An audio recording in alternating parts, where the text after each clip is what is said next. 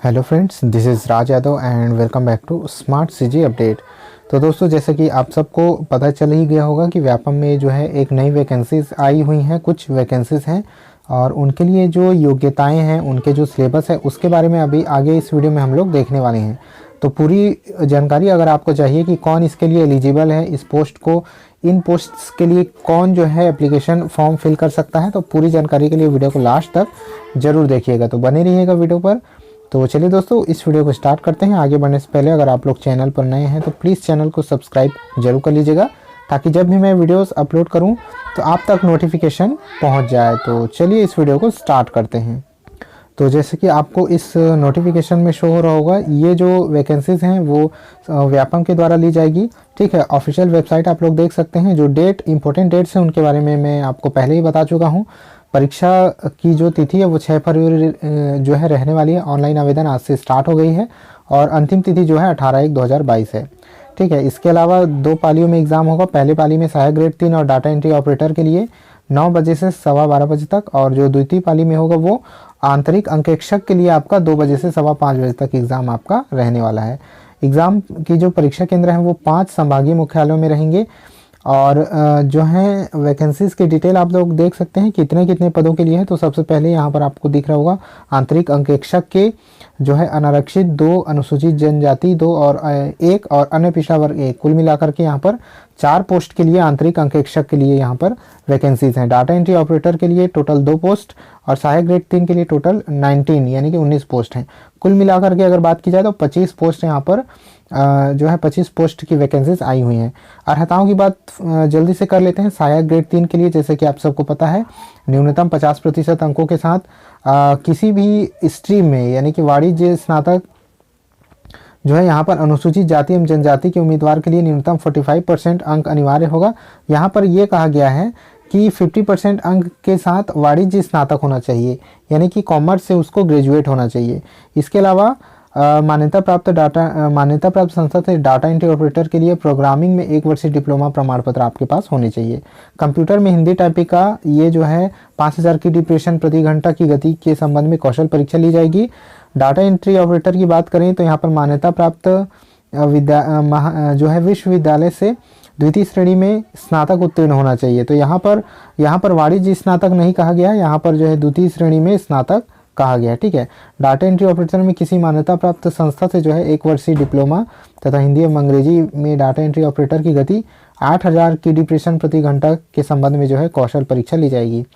अब बात करते हैं आंतरिक अंकेक्षक के लिए। तो यहाँ पर दोस्तों M.Com में 60%, ठीक है, 60% अंक और अनुसूचित जाति व जनजाति के लिए 50% जो है अंक मांगा गया है M.Com में। तो ध्यान रखिएगा, इसके लिए M को मांगा गया है आंतरिक अंकेक्षक के लिए।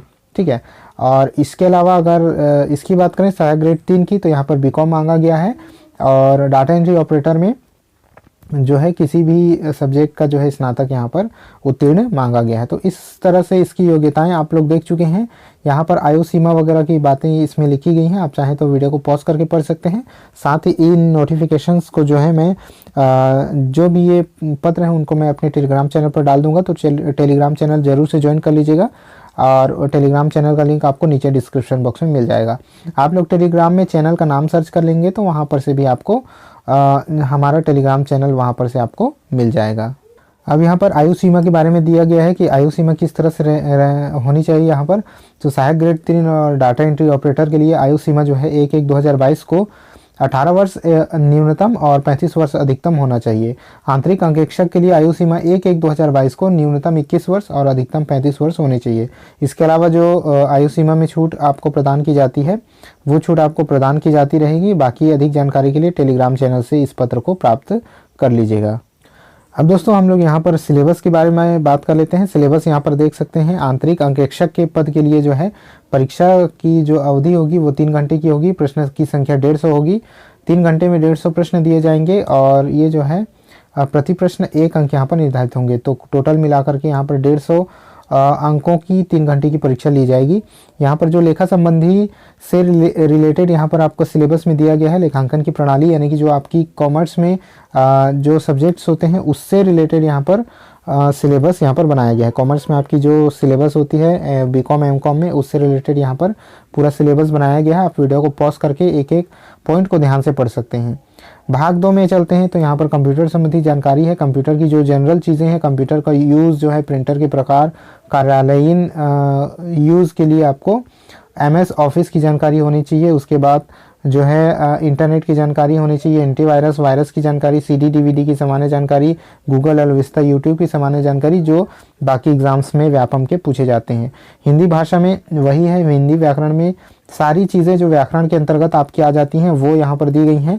और उसी तरह से अंग्रेजी व्याकरण में भी जो सारी अंग्रेजी व्याकरण की जो चीज़ें हैं जो व्यापम में अक्सर पूछी जाती हैं, सारी चीज़ों को यहाँ पर दिया गया है। ठीक है, अब यहाँ पर मैथमेटिक्स की बात करें तो मैथमेटिक्स में भी उन्हीं टॉपिक्स को शामिल किया गया है जिनमें अक्सर व्यापम एग्ज़ाम में अपने पूछता है। और जो है सामान्य ज्ञान में भी सभी चीज़ें हैं, चाहे वो आपका इतिहास आ जाएगा, भूगोल आ जाएगा, अर्थशास्त्र आ जाएगा, और इसके अलावा आपका जो इकोनॉमिक्स के अलावा जो भी यहाँ पर पॉलिटिकल से रिलेटेड चीज़ें हैं, ठीक है, तो सभी चीज़ें यहाँ पर आपकी आ जाएगी। भारतीय अर्थव्यवस्था से रिलेटेड सारी चीज़ें आ जाएंगी। सामान्य विज्ञान में कक्षा 10वीं के स्तर की भौतिक रसायन और जीव विज्ञान आपसे पूछी जाएगी। समसामयिक घटनाक्रम, खेलकूद, देश विदेश और छत्तीसगढ़ की सामान्य जानकारी आपसे यहाँ पर पूछी जाएगी। तो इन टॉपिक्स को आप लोग वीडियो को एक बार रोक करके इन टॉपिक्स को आप लोग एक बार देख लीजिएगा।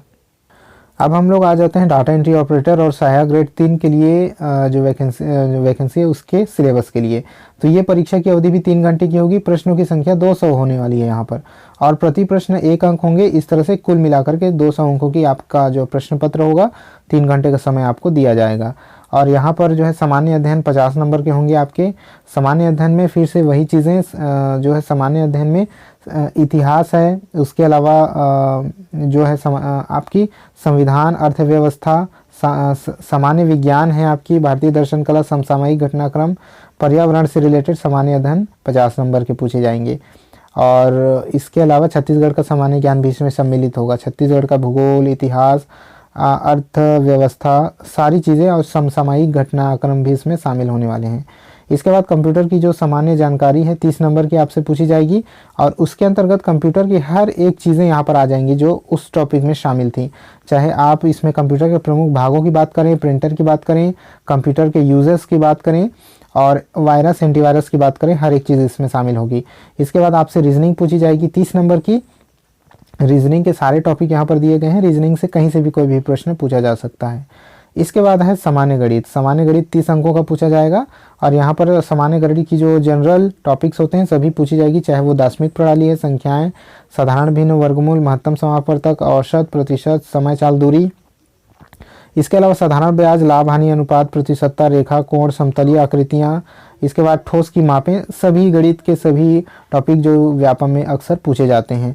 40 नंबर के यहाँ पर आपसे हिंदी पूछे जाएंगे। हिंदी में हिंदी व्याकरण के सारे टॉपिक इसमें शामिल होंगे। अंग्रेजी व्याकरण से यहाँ पर 20 अंकों के 20 प्रश्न पूछे जाएंगे, और यहाँ पर अंग्रेजी के भी सारे ग्रामर के सारे टॉपिक यहाँ पर शामिल होंगे। तो इस तरह से आपका सिलेबस यहाँ पर बनाया गया है। आई होप आपको सारी जानकारी यहाँ पर से मिल गई होगी। अगर अभी भी आपके मन में कोई डाउट है तो प्लीज़ जो है कमेंट जरूर कीजिएगा। आपके सारे सवालों के जवाब देने की पूरी कोशिश की जाएगी।